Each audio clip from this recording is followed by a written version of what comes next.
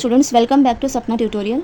आज हम देखने वाले हैं हमारा एसएससी बोर्ड का science 1 gravitation chapter lecture number 2 Kepler's laws of planetary motion.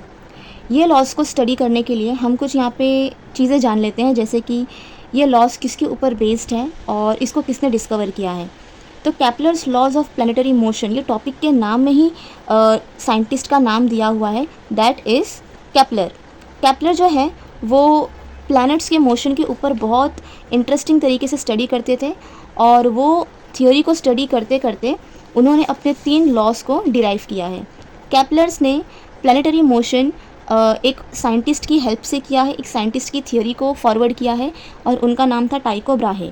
टाइको Brahe की थियोरी को फॉरवर्ड केपलर ने किया है, और उन्होंने प्लैनेटरी मोशंस को इसके ऊपर लॉज डेवलप किया है। तो इसके टोटल 3 लॉज हैं, Kepler's first law, Kepler's second law and Kepler's third law. Laws पढ़ने से पहले हम लोग कुछ यहाँ पे इन्फॉर्मेशन कलेक्ट कर लेते हैं कि ये लॉज एक्चुअल में हमें क्या समझाने की कोशिश कर रहा है।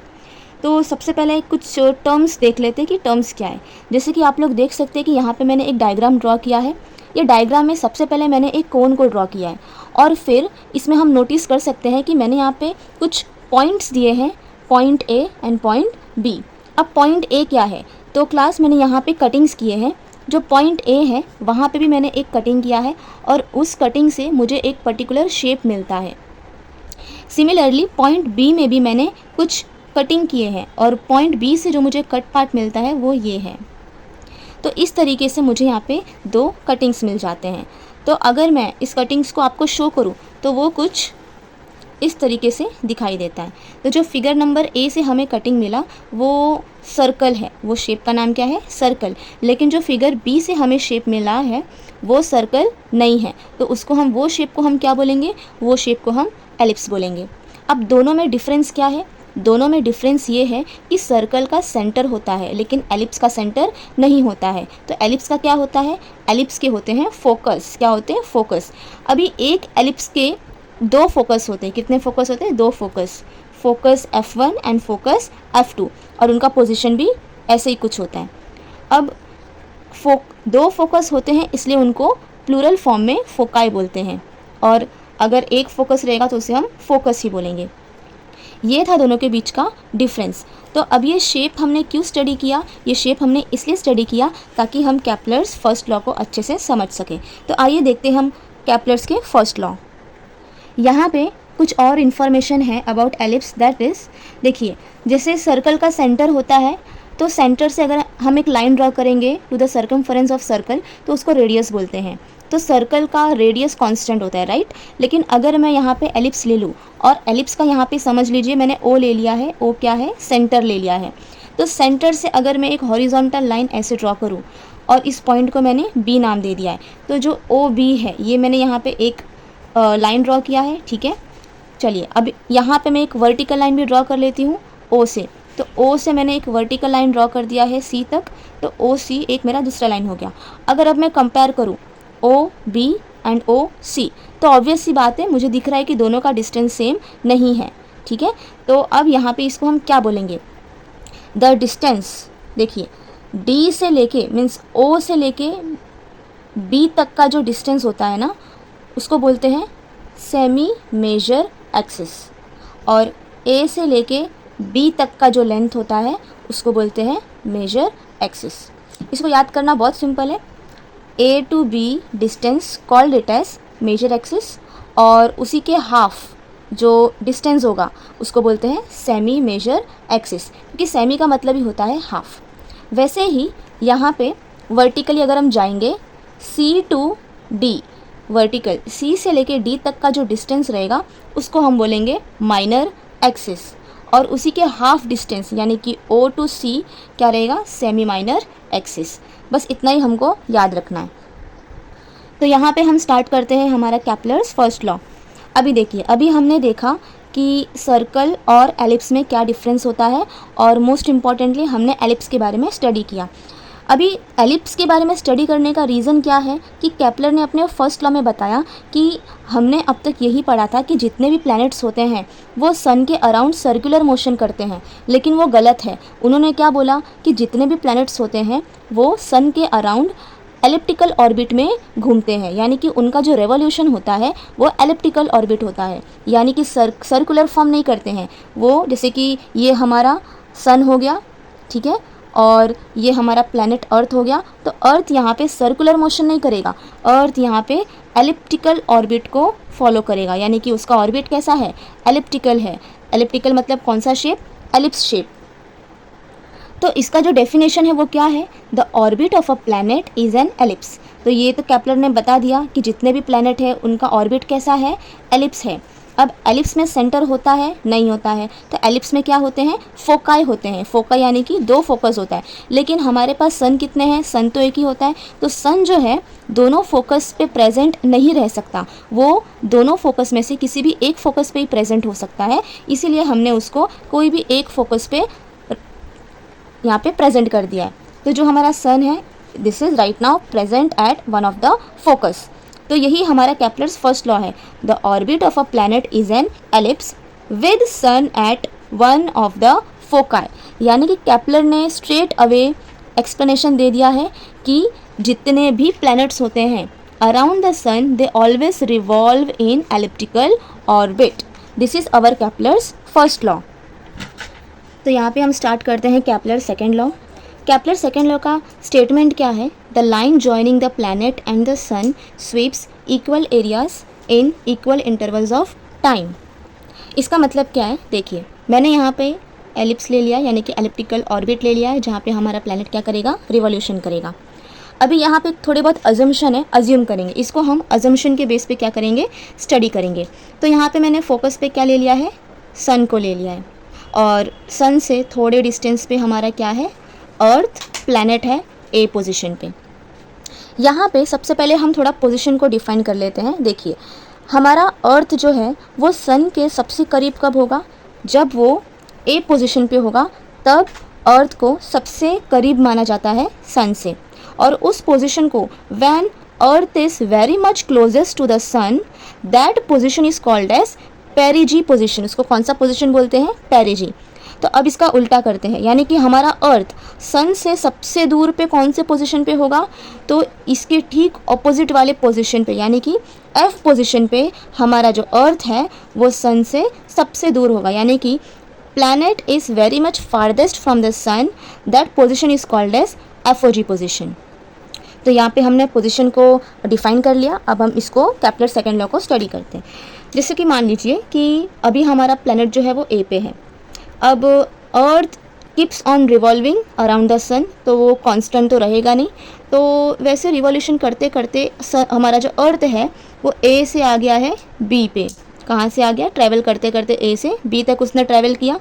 तो जब ए से बी तक वो ट्रैवल किया तो उसने थोड़ा बहुत एरिया कवर किया है, ठीक है, ये शेडेड लाइन आप देख सकते हैं। ए टू बी क्या कवर किया है, हमारे अर्थ ने एरिया कवर किया है, उसको हम बोल लेते हैं एरिया 1। और वो एरिया कवर करने के लिए उसने कितना टाइम लगाया, उसने हम अज्यूम करते हैं कि उसने 1 मंथ का टाइम लगाया, यानी कि एरिया 1 कवर करने के लिए, एरिया यानी कि इसको नाम दे देते हैं ओ, यानी कि एरिया 1 कवर करने के लिए उसने BOA जितना एरिया कवर किया है कितने टाइम में, 1 मंथ में उसने AOB जितना एरिया कवर किया है, ठीक है। अभी हम अज्यूम करते हैं कि हमारा प्लैनेट C पे आ गया है। कहाँ पे आ गया है, C पे। अब वो C से ट्रैवल कर रहा है कहाँ तक, D तक। तो COD जितना एरिया उसने कवर किया है, अगेन टाइमिंग कितने मंथ में, 1 मंथ में।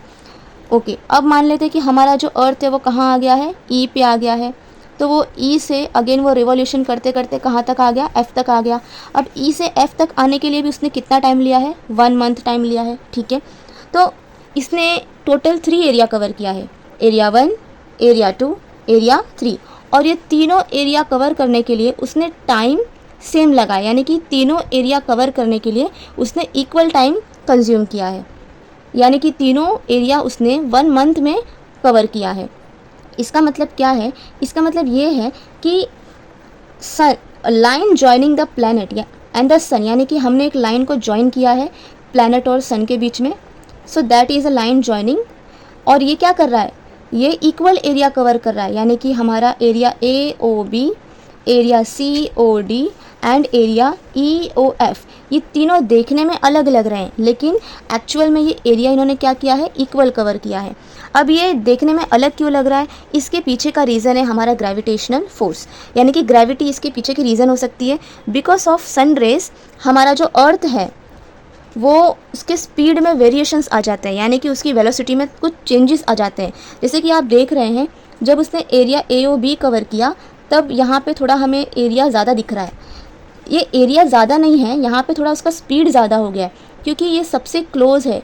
ये पोजीशन पे हमारा प्लैनेट जो होता है सन के बहुत क्लोज़ होता है, एंड बिकॉज ऑफ दिस उसका स्पीड जो होता है वो थोड़ा सा फास्ट हो जाता है, और ये फास्ट स्पीड की वजह से यहाँ पे थोड़ा वो एरिया उसका ब्रॉड हो जाता है। जैसे जैसे वो सन से दूर होते जाता है हमारा प्लैनेट, वैसे वैसे उसका स्पीड भी क्या हो जाता है, एकदम स्लो होने लगता है। And due to slow in speed, slow in velocity, यहाँ पे उसका स्लो ट्रैवलिंग की वजह से यहाँ पे हमें एरिया भी कैसा दिखता है, कम दिखता है। लेकिन एक्चुअल में ऐसा नहीं है।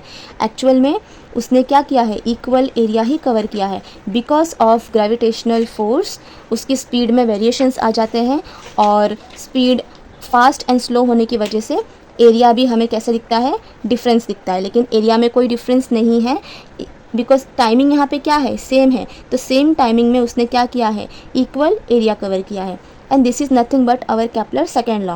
The lining joining the planet and the sun sweeps equal areas in equal intervals of time. तो इस लॉ को पढ़ने के लिए हमें दो चीज़ें याद रखनी बहुत ज़रूरी है। फर्स्ट, कि ये लॉ क्या करता है, इक्वल एरिया कवर करता है। कब करेगा इक्वल एरिया, जब उसका टाइम इक्वल हो। तो हमारा प्लैनेट कभी भी इक्वल टाइम पे ही इक्वल एरिया कवर कर सकता है। अगर उसका टाइमिंग अनइक्वल होगा तो एरिया भी उसका अनइक्वल होगा। सेकेंड, ये क्यों हो रहा है ऐसा, because velocity is not constant. क्यों नहीं कांस्टेंट है, ड्यू टू ग्रेविटेशनल फोर्स। अभी जो हमारा केपलर सेकेंड लॉ है, इसने हमें टोटल इन्फॉर्मेशन किसके बारे में बताया है, एरिया के बारे में बताया है। इसीलिए केपलर सेकेंड लॉ को हम क्या बोलते हैं, लॉ ऑफ एरिया बोलते हैं। और यहाँ पे मैंने केपलर फर्स्ट लॉ को बताया नहीं, कि जैसे कि केपलर फर्स्ट लॉ जो है वो किसके बारे में हमें बताया है, उसने टोटली हमें ऑर्बिट के बारे में बताया है। तो इसीलिए हम इस लॉ को और क्या बोलते हैं, लॉ ऑफ ऑर्बिट। तो यहाँ पे हमने फर्स्ट और सेकेंड लॉ कंप्लीट कर लिया है। अब हम देखते हैं कि केपलर सेकेंड लॉ क्या है। तो अब हम देखते हैं कि केपलर्स थर्ड लॉ क्या है। सबसे पहले केपलर्स थर्ड लॉ को हम बोलते हैं law of period. The reason is कि ये लॉ हमें सिर्फ टाइम पीरियड के बारे में इंफॉर्मेशन देता है। यानी कि ये लॉ पढ़ने का, थर्ड लॉ पढ़ने का जो फंडा है, दैट इज़ टू अंडरस्टैंड कि एक प्लैनेट सन के अराउंड 1 रेवोल्यूशन कंप्लीट करने के लिए कितना टाइम लगाता है, वो पता लगाने के लिए हमें केपलर्स थर्ड लॉ को स्टडी करना होता है। तो इसका जो स्टेटमेंट है वो क्या है, the square of period of revolution around the sun is directly proportional to the cube of the mean distance of a planet from the sun. मतलब देखिए, सबसे पहले तो पीरियड का मतलब क्या होता है, पीरियड मतलब होता है टाइम, जिसको हम कैपिटल T से क्या करते हैं, रिप्रेजेंट करते हैं। तो हमें क्या करना है, स्क्वायर लेना है, the square of period of revolution. यानी कि किसका स्क्वायर लेना है, पीरियड। तो मैंने यहाँ पे पीरियड का क्या ले लिया है, टाइम का स्क्वायर ले लिया है। और ये क्या है, डायरेक्टली प्रोपोर्शनल। किसके डायरेक्टली प्रोपोर्शनल है, क्यूब ऑफ मीन डिस्टेंस। अब ये मीन डिस्टेंस क्या है, जैसे कि देखिए ये हमारा एलिप्टिकल ऑर्बिट है। अब हमारा प्लैनेट जो है वो कंटिन्यूसली रिवॉल्यूशन कर रहा है, तो कभी वो P1 पे रहेगा, कभी P2 पोजीशन पे रहेगा, कभी P3 पे रहेगा, कभी P4 पे रहेगा। तो ऐसे करके अगर मैं एक पोजीशन वाइज एक डिस्टेंस ड्रॉ करती जाऊँ, तो पहले मुझे उसका डिस्टेंस क्या मिलेगा, R1 मिलेगा, फिर उसका डिस्टेंस R2 मिलेगा, फिर इसका distance R3 and R4 and so on. क्योंकि ये सर्कल नहीं है, इसलिए मुझे इसका जो डिस्टेंस है वो कॉन्स्टेंट नहीं मिलेगा। क्योंकि ये एलिप्स है, इसीलिए यहाँ पर मुझे इसका जो भी डिस्टेंस है वो अलग अलग मिल रहा है। सर्कल होता तो इसके डिस्टेंस कांस्टेंट मिलते, रेडियस कांस्टेंट होता है सर्कल का, लेकिन एलिप्स है ये, तो एलिप्स में क्या होता है, जो हमारा रेडियस होता है वो कांस्टेंट नहीं होता, यानी कि इसके डिस्टेंस होंगे वो पोजीशन वाइज चेंज होते रहेंगे। तो यहाँ पे मुझे क्या करना पड़ेगा, सारे डिस्टेंस का मीन निकालना पड़ेगा। तो अगर मैं यहाँ पे सारे डिस्टेंस का एक मीन निकालूंगी तो मुझे एक वैल्यू मिल जाएगी, तो उसको बोलेंगे मीन डिस्टेंस। तो मुझे मीन डिस्टेंस का क्या लेना है, क्यूब लेना है। तो मैंने क्या कर दिया है, the square of period of revolution is directly proportional to the किसके, क्यूब। क्यूब किसका, cube of mean distance of a planet of the sun. तो यही है हमारा केपलर्स थर्ड लॉ। इसको थोड़ा डिराइव करना पड़ेगा। जैसे कि अगर मैं ये प्रोपोर्शनैलिटी साइन हटा दूंगी तो मुझे यहाँ पे कांस्टेंट के रखना पड़ेगा। सो टी स्क्वायर इज दिया मैंने, T square is equal to K into R cube. अब क्या करेंगे, ये आर क्यूब को इस तरफ लेकर आते हैं, ये दोनों मल्टीप्लिकेशन में है तो यहाँ पे आती है वो डिवाइड में चला जाएगा। So T square upon R cube is equals to K, और के क्या है हमारा, कॉन्स्टेंट है। तो यही है हमारा Kepler's third law. I am hoping कि आपको आज का वीडियो समझ में आ गया होगा, Kepler's laws of planetary motion.